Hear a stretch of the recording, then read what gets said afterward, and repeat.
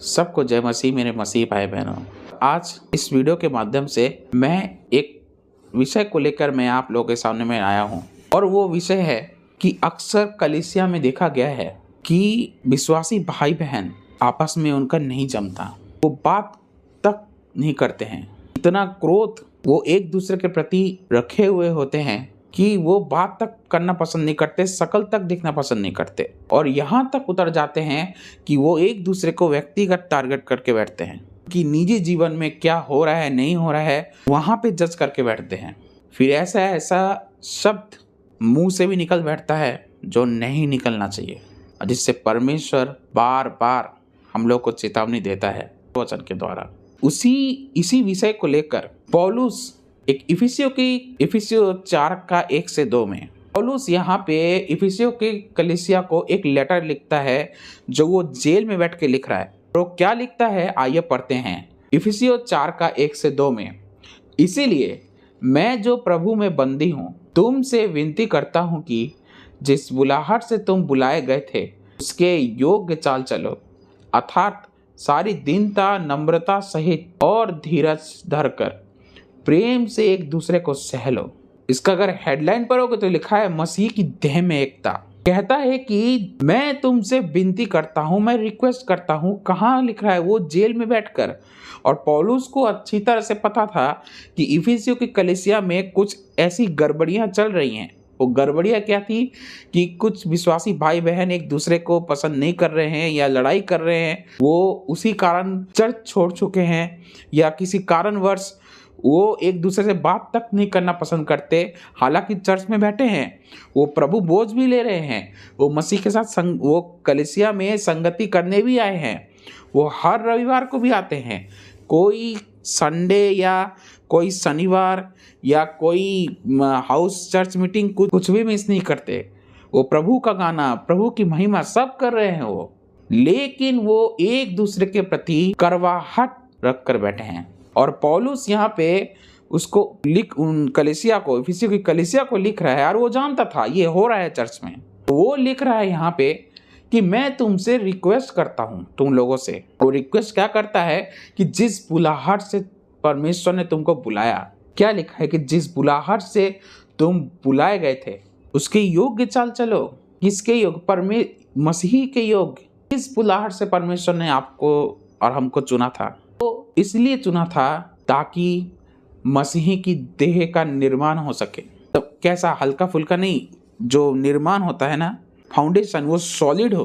वो निर्माण ही, फाउंडेशन वो ही अगर कमजोर होगा तो चर्च कैसे ग्रो करेगा, बिल्डिंग कैसी खड़ी होगी? उसमें नहीं खड़ी हो सकती। उसमें अगर करवाहट, क्रोध, हिंसा, जलन, लड़ाई झगड़ा अगर ये सब आ गया उसमें कलीसिया के अंदर, तो बाहर तो ये सब चल ही रहा है, तो अगर कलीसिया में भी अगर ये सब आ गया तो फिर परमेश्वर ने हमको चुना किस लिए था? इसीलिए चुना कि उसकी देह का निर्माण हो, मसीह का राज्य बढ़े। लेकिन यहाँ पे मसीह का राज्य बढ़ने के बजाय यहाँ पे घटता चला जाता है।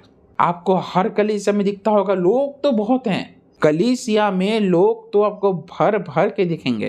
लेकिन अगर ऐसा होता कि सबका मन अगर एक सा होता, सब अगर एक से होते, तो पौलुस आज इस इफिसियों की कलीसिया को ये लेटर नहीं लिख रहा होता। ये बात आपको समझनी होगी।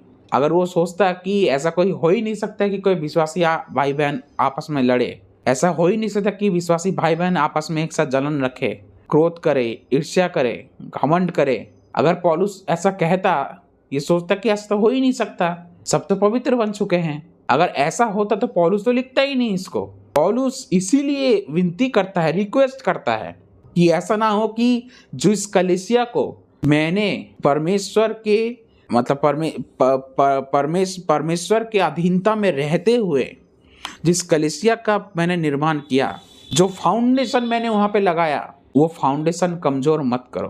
कहता है इसके योग्य चाल चलो। योग्य चाल चलने का अर्थ क्या है? कि आपके चाल चलन में नम्रता होनी चाहिए, आपके चाल चलन में घमंड नहीं होना चाहिए, आपके चाल चलन में ईमानदारी होना चाहिए, आपका चरित्र ऐसा होना चाहिए जो परमेश्वर को भाता हो, परमेश्वर को पसंद आए। ऐसा चरित्र आपका और हमारा होना चाहिए। कैसा? जो परमेश्वर को भाता हो। इसी को तो कहते हैं योग्य चाल। जो मसीह के योग्य है उसके योग्य चाल हमको चलना होगा। फिर कहता है अर्थात सारी दीनता और नम्रता सहित और धीरज धर कर प्रेम से एक दूसरे को सह लो। ये लास्ट में जो वर्ड लिखा है ना, सह लो एक दूसरे को। क्यों? क्योंकि उसको पता था कि चर्च में लड़ाइयाँ होती हैं। परमेश्वर के सामने हर व्यक्ति पापी है, कोई व्यक्ति परफेक्ट नहीं है। अगर आप और हम अगर एक दूसरे को ये समझने लगे कि मैं सिद्ध हूँ, आप समझते हो मैं सिद्ध हूँ, आप समझते हो कि मैं बिल्कुल सटीक बात करता हूँ, मैं परफेक्ट हूँ, मैं भी अगर ये समझने लग गया तो एक दूसरे से जिंदगी में कभी नहीं बनेगा, क्योंकि घमंड पीक पर होगा, घमंड सिर पे होगा। तो क्या कहता है यहाँ पे? सबसे पहले यहाँ पे हमको क्या करना होगा? खुद को सही ठहराना, ये हमको छोड़ना होगा, खुद को सही ठहराना। दूसरा, खुद को काबू में रखना होगा। पवित्र आत्मा का 9 फल में परमेश्वर ने सेल्फ कंट्रोल क्यों दिया है मालूम है? वो इसीलिए परमेश्वर ने हमको दिया है ताकि वाद विवाद होता है ना, चाहे वो कलीसिया में हो, चाहे आपके घर में हो, चाहे बाहर हो, वहाँ पे आपका नियंत्रण, आपकी आत्मा में नियंत्रण होना चाहिए। क्यों? क्योंकि डिबेट में ऐसा होता है, लड़ाई झगड़े में ऐसा होता है, कुछ हद तक तो अगर आप वचन से भी बात करोगे, एक पॉइंट ऐसा आता है दोनों में से कोई एक आपको व्यक्तिगत टारगेट पे उतर जाए, 100% उतरेगा। इसीलिए यहाँ सेल्फ कंट्रोल की आत्मा परमेश्वर ने हमको दिया है। वो फल सेल्फ कंट्रोल फल हमको दिया गया है। संयम की आत्मा परमेश्वर ने हमको दिया। सबसे पहले खुद को सही ठहराना, मैं ही सही हूँ, यही तो होता है आज। हर बात पे मैं सही हूँ, प्राउड, हर बात में घमंड करना।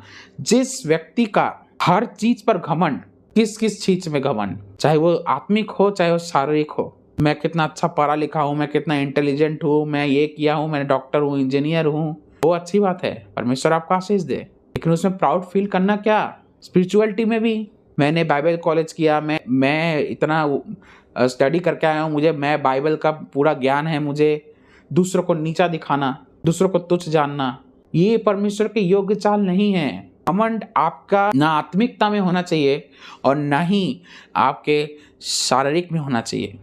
दोनों में आप घमंड नहीं होना चाहिए, क्योंकि याकूब 4:6 में अगर पढ़ोगे तो परमेश्वर घमंडियों का विरोध करता है पर दीनों पर अनुग्रह करता है। ये बात आपको समझनी होगी। पौलुस कहता है कि एक दूसरे को कि कैसे सह लो, दीनता, नम्रता और धीरज, पेशेंसली, नम्रता से। दीनता का मतलब आप खुद को ये समझते हो कि मैं कुछ नहीं हूँ।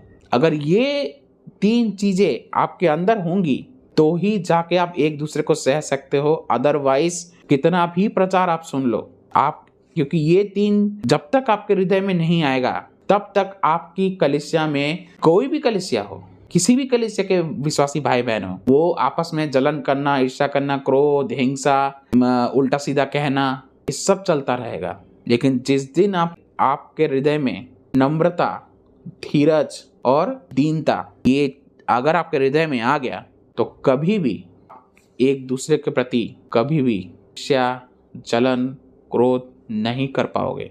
क्यों? क्योंकि ये पवित्र आत्मा का वरदान है। इसीलिए परमेश्वर, पौलुस यहाँ पे कहता है कि मैं तुमसे विनती करता हूँ, अगर तुम चाहते हो कि तुम्हारा जो इफिसियों की कलीसिया है वो जो फाउंडेशन है वो मजबूत हो, तो कृपया करके मसीह के योग्य चाल चलो। इस मकसद से परमेश्वर ने आपको चुना था, मकसद उसका पूरा करो। ये सब करके टाइम वेस्ट मत करो। इसीलिए तो आगे कहता है कि 1:4 में कहता है, और मेल बंधन में आत्मा की एकता रखने का यत्न करो। क्यों? क्योंकि एक ही देह है, एक ही आत्मा है, और जैसे तुमने जो बुलाए गए थे, अपने बुलाए जाने से एक ही आशा है, एक ही प्रभु है, एक ही विश्वास है, एक ही बपतिस्मा है, और सब के सब एक ही परमेश्वर और एक ही पिता है, और सबका एक ही परमेश्वर और एक ही पिता है, जो सबके ऊपर, सबके मध्य में और सब में है। पर हम में से हर को मसीही के दान के परिमाण के अनुसार अनुग्रह मिला है, इसलिए कि वह कहता है, वह ऊंचे पर चढ़ाया गया और बंदियों को बांध ले गया और मनुष्य को दान दिए। तो यहाँ पे पौलुस कहता है कि जब एक ही आत्मा है, एक ही परमेश्वर है, एक ही देह है, सब कुछ एक ही है, एक ही विश्वास है, आपका मेरा अलग नहीं है। तो जब सब कुछ एक है तो फिर क्यों लड़ाइयाँ, क्यों विरोध, क्यों एक दूसरे के खिलाफ क्यों हो रहा है कलीसिया पे? क्यों? यूट्यूब पे देखो, फेसबुक में देखो, कहीं भी देखो, विरोध एक दूसरे के खिलाफ। देखिए, परमेश्वर ने कहा कि परखो, जांचो कि कौन आपको मसीह की शिक्षा में आपको ला रहा है, ये आपको परखना पड़ेगा। यहाँ पे बात सबसे पहले ये आती है कि जिस कलीसिया का जो सेवक है परमेश्वर का, तो परमेश्वर का दास है, अगर वो सेवक वो खुद उसका फाउंडेशन अगर मजबूत होगा, अगर वो परमेश्वर के योग्य चाल चल रहा होगा, तो आपको भी वैसा ही योग्य चाल चलना सिखाएगा जैसे पौलुस था। जैसे पौलुस कहता है कि मैं अपनी दौड़ पूरी कर चुका हूँ, जैसे मैं मसीह की चाल चलता हूँ ऐसे तुम भी चलो, ये पौलुस कहता है। पौलुस का स्टेटमेंट है, पहला कुरिन्थियों में आप पढ़ सकते हो, पौलुस का स्टेटमेंट है। तो जब उसने कहा तो उसने तब जाके उसने इफिसियों की कलीसिया को लिखा भी कि मैं तुमसे विनती करता हूँ। अगर वो खुद नहीं चलता तो वो विनती भी नहीं करता, वो यही सोचता कि जैसे चलना है चलने दो, मेरी कलीसिया बढ़नी चाहिए, लाखों की भीड़ आनी चाहिए, उससे क्या लेना देना कि कौन आपस में लड़ रहा है, कौन झगड़ रहा है, उससे कोई मतलब नहीं है। पौलुस फिर ये कहता, लेकिन पौलुस वो ईमानदार था परमेश्वर के प्रति। उसने अपना विवेक परमेश्वर के सामने शुद्ध वो रखने की कोशिश करता था, इसीलिए वो कलीसिया को लिख रहा है। वो लिखता है कि मैं रिक्वेस्ट करता हूँ कि तुम मसीह के योग्य चाल चलो। इस मकसद के साथ परमेश्वर ने आपको चुना था कि देह का निर्माण करो, देह में एकता बढ़ाओ। जब सब कुछ एक ही है, परमेश्वर एक है, आत्मा एक है, देह एक है, तो सब कुछ अगर एक ही है, विश्वास एक है, तो अगर सब कुछ एक होने के बावजूद भी अगर आप में और हम में ये डिफरेंस आ गया हर बात पे, अगर हम दोनों की आत्मा एक नहीं हो पा रही, तो कलीसिया कभी भी खड़ी नहीं हो सकती। वो कुछ देर तक, कुछ दिनों तक अगर टिक भी गया तो उसका अंत नाश होना ही है, उसका होना ही है। ये परमेश्वर कहता है। पौलुस इसीलिए वो चेतावनी देता है कि मैं डरता हूँ। किस चीज़ के लिए? कि जो कलीसिया मैंने खड़ी किया, कहीं शैतान उसको चीड़-फाड़ ना खाए। वो डरता है। हर कलीसिया के बारे में पौलुस ये कहता है कि मैं डरता हूँ। मैं भी आप लोगों से रिक्वेस्ट करना चाहूँगा, एक दूसरे को नीचा दिखाना, एक दूसरे को कम आंकना, एक दूसरे के ऊपर जलन करना, किसी विषय को लेकर तर्क वितर्क करना, खुद के ऊपर प्राउड फील करना, घमंड करना, चाहे किसी स्पिरिचुअली हो चाहे फिजिकली हो, खुद को हर बात में सही ठहराना, रिक्वेस्ट है आपसे ये मत करिए। क्योंकि इन सब चीज़ों से कई बार मैं भी गुजर चुका हूँ और मैं ये सब चीज़ों से मैं बाहर आया हूँ। और इसीलिए आप लोग को भी मैं चेतावनी दे रहा हूँ कि अगर ये सब चीज़ है, ये सब बातें आपके अंदर हैं, तो कभी भी मसीह की देह का निर्माण नहीं हो सकता, पॉसिबल ही नहीं है। क्योंकि सब मसीह का जो फाउंडेशन है, उसका फाउंडेशन ही प्रेम से शुरू होता है। तो प्रेम बनाए रखें, आत्मा में एक रहने की कोशिश करें, यही पौलुस कहता है इफिसियों के चैप्टर 4 में। चलिए दोस्तों, अब तक ख्याल रखें, मिलते हैं नेक्स्ट वीडियो के साथ, तब तक जय मसीह।